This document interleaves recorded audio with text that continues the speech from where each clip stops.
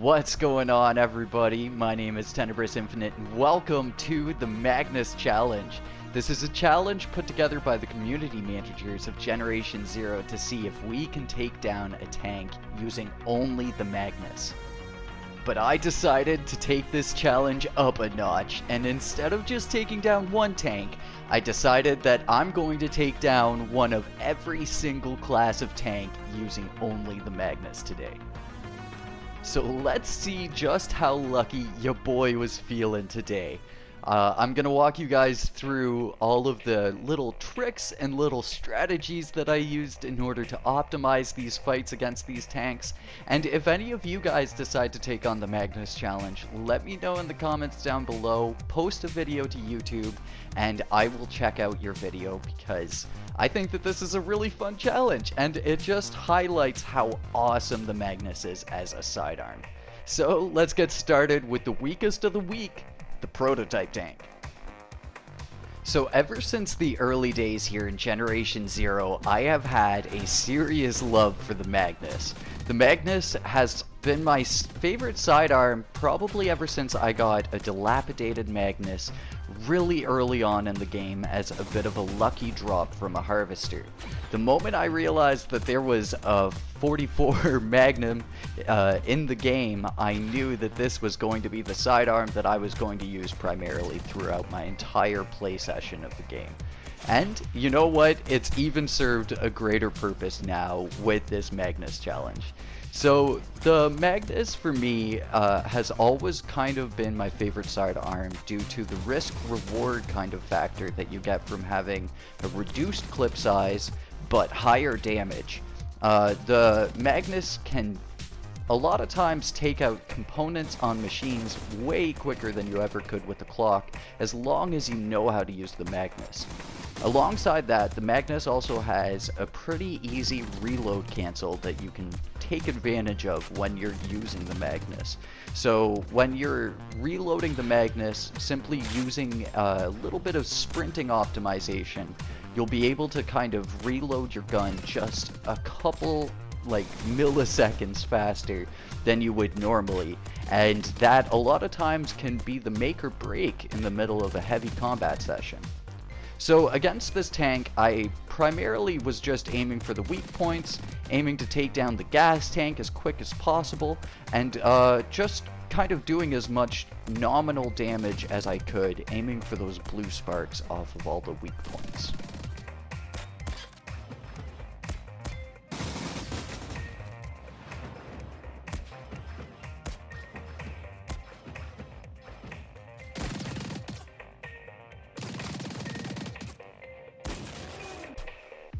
So for the next tank, the military tank, I managed to catch him out in a very optimal situation here, in which case he was wandering off way off in the distance. And this is a good example of how stealth can actually work in this game. So since I have a silencer attached to my Magnus, even though I was hitting him with those long shots, he didn't really notice me and he didn't turn around.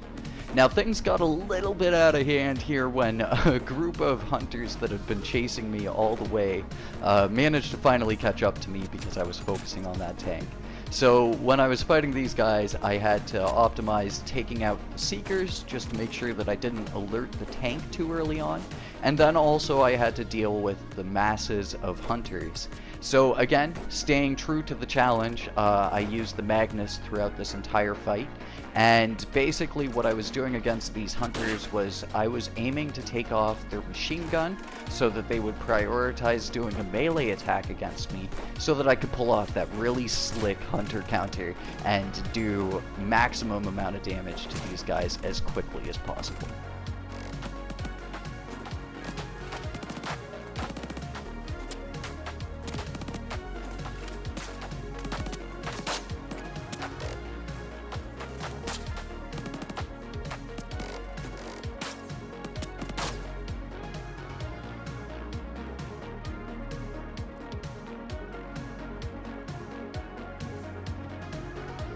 So after taking down the hunters, I was able to catch up to this tank, and when I caught up to him, I realized that I had actually caught this tank in a really optimal location.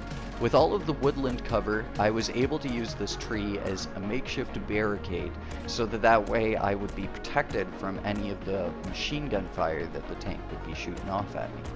But, on the other hand, I would also be close enough that the tank would not prioritize utilizing its mortar attack. So, with this makeshift cover from this single tree, I was able to peek out the gas tank on the guy from quite a distance here. And then after taking out the gas tank, I again focused on all of the weak points that I have shown and how to take down tanks easily in that video. So if you guys want, I'll have that linked down in the description below. But pretty much just became clockwork after I took down that gas tank. That does a serious amount of damage to the tank, and after that, really just focusing on the various weak points is probably the quickest and most efficient route that I could have taken with this fight.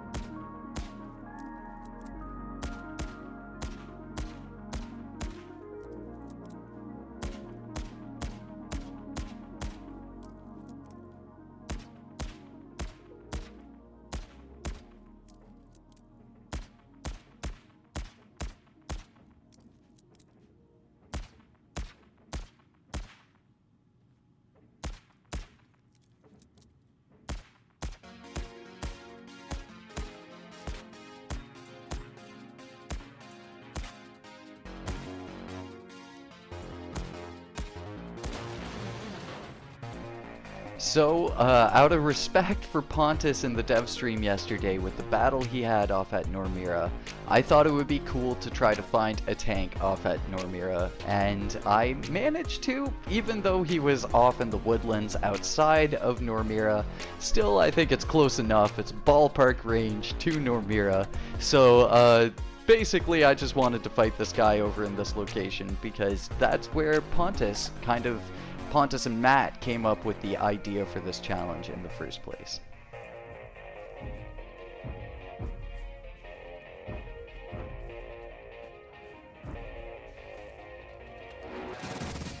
So, I've said it before, the Fenix tanks are always the easiest tanks to take on in this game. You really just need to focus on taking that tick pod off in the first place because that's what they have over the prototype and military tanks. But once you've got that tick pod off, fighting these guys is very, very simple because they're easy to trick, basically. They're easy to get confused and to have them focus on their melee attack, which is the big old farty gas attack. You can also sometimes try to peek out their stomp attack, which is a great way of dealing with tanks, actually. As long as you can avoid that stomp, it's got a long startup animation and a long end animation. So a lot of times you can take the opportunity from that to target any sort of weak points on the tank. And then also, as long as you get within the range of its melee attack, it's going to pretty much optimize that melee attack against you. And you can use that to stand just outside of the range of the gas in order to target the tank's weak points. So against this tank, in comparison to the prototype and the military tank, I started actually going for the face, which is down in between the mortar and the machine gun. That little area, that little box in between the two, is actually a great weak point to target on tanks, and it does a serious amount of damage if you're able to take it down. Then as well, I aimed for the battery cell just above the fuel cell, the gas tank, on the back of the tank. The battery cell is another one of those weak points that just does a serious amount of damage if you can take it down. But even if you can't take it down, the thing about targeting weak points on enemies in this game is that all of the damage that you'll do to that weak point will gradually add up to the overall health of the machine, and you don't even need to destroy the component to really hurt it. So now for the Apoco tank. This was a hell of a fight. So outside of the fact that the Apoco tanks are one of the most heavily armored enemies in the game, meaning that the Magnus is really not the optimal weapon to use against them, there was just a ridiculous amount of machine spawns in this area. So there was tons of doggos, a whole bunch of seekers trying to beat boot my location, and then there was also a small pack of hunters that wound up getting mixed into it. So I drew the hunters over into the woodlands in order to protect myself from their flechette cannons, and then I aimed to take off their flechette cannons so that they would prioritize a melee attack so I could pull off that hunter counter. Now with all of them out of the way, I realized that actually, again, I was in a really optimal location for taking on this tank. In this area, there's a whole bunch of large rocks that you can use as cover, and again, a whole bunch of trees that you can utilize as cover as well. The only thing to think about when you're fighting an Apoco tank and you're utilizing this cover is they'll use their cluster bomb attack at a much closer range than the military will with their mortar attack. So you just have to kind of pay attention to where those mines are landing, utilizing some sort of a good headset or something like that, so that way you can hear where those landmines wind up touching down. But as long as you can pay attention to that and keep track of where those landmines are, knowing that you're safe, you can kind of just hammer away on the weak points on this guy. Again, it's good to avoid any sort of armor when you're using the Magnus, because both the hollow points and the FMJ have very low armor damage. So they're more so designed for weak points and components, which again was what I was talking about earlier on for how you should kind of optimize your use of your Magnus. But I also knew that if I was just sitting here behind the rock trying to peek out these weak points, I wouldn't be able to do enough damage to actually take down the Apoco tank. So after I did as much damage as I could from this cover, maybe leaving a few weak points that I could have done a bit more damage to, I realized that it would probably be a smarter idea to just kind of take on those fire shockwave attacks headstrong and try to peek out the fuel cell on the back of the tank so that way I could do enough damage to actually take him down. So I learned a couple kind of cool things while I was doing this as well. So if you can time your medkit use to the exact moment you get hit by the shockwave, you can actually negate the fire damage because the medkit will actually heal off any sort of damage that the fire shockwave would do. It does take a lot of timing and a lot of concentration to pull off, but it's one of those tips and tricks that you can only find out by kind of going in there and going buck wild with your combat. So now that I had taken out his fuel cell, I thought maybe it would be a good idea to actually take off his faceplate for his armor and focus on those interior components to finish him off. And I managed to do it with only one bullet left. So there you have it. Some of those fights got pretty hairy when some hunters and some runners got mixed into it all. But honestly, I feel like I pulled this off with flying spades, and I think that this is just a super awesome challenge that the team has put together. I plan on doing more challenges on my channel, like taking on the strongest enemy with the weakest gun, and putting together some other challenges too that I will put forth towards the community. So you guys can keep your eyes on my channel for those challenges, and probably the reward for those challenges will be a little shout out, a little mention on my channel. But thank you so much for watching. Hopefully you guys enjoyed this video, enjoyed the Magnus love, and I will catch you guys in the next one. Until then, peace.